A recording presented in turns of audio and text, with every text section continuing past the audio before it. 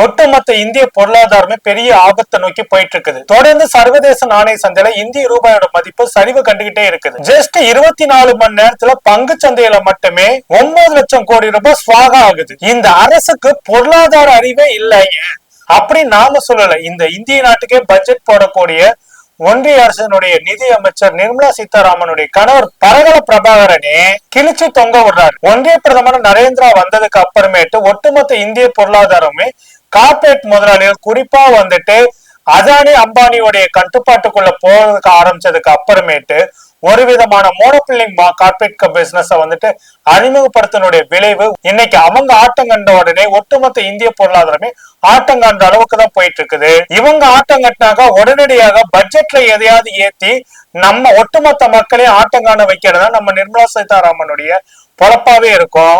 2026 பட்ஜெட்ல இவங்க என்னென்ன குண்டை தூக்கி போட போறாங்களோ விலைவாசி விண்ண முட்ட போகுது, உஷாரா இருங்கட்டு பொருளாதார நிபுணர்கள் இப்பொழுதே வந்துட்டு இந்திய மக்களுக்கு எச்சரிக்கை கொடுத்திருக்கிறாங்க.